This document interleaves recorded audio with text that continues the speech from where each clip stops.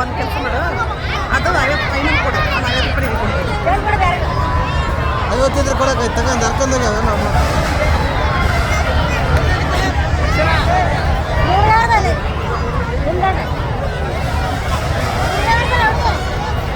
ಅದು 500 ಕೊಡು ಹೇಳ್ತೀನಿ.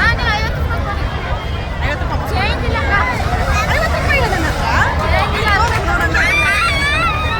ಆಯ್ತಲ್ಲ ಮುಟ್ಬಾರ್ದು, ಮುಟ್ಬೇಡ, ಬಾ ಆ ಕಡೆ ಹೋಗೋಣ ಸ್ವಲ್ಪ.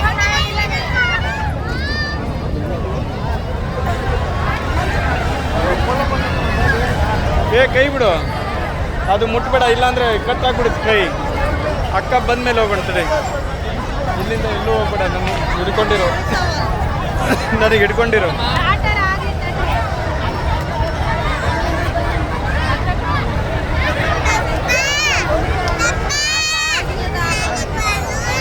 ಹಾಂ ಆಯ್ತು, ಆಟ ಆಡಿದ ಮೇಲೆ ಬಲೂನ್ ತೊಗೊಂಡು ಹೋಗೋಣ.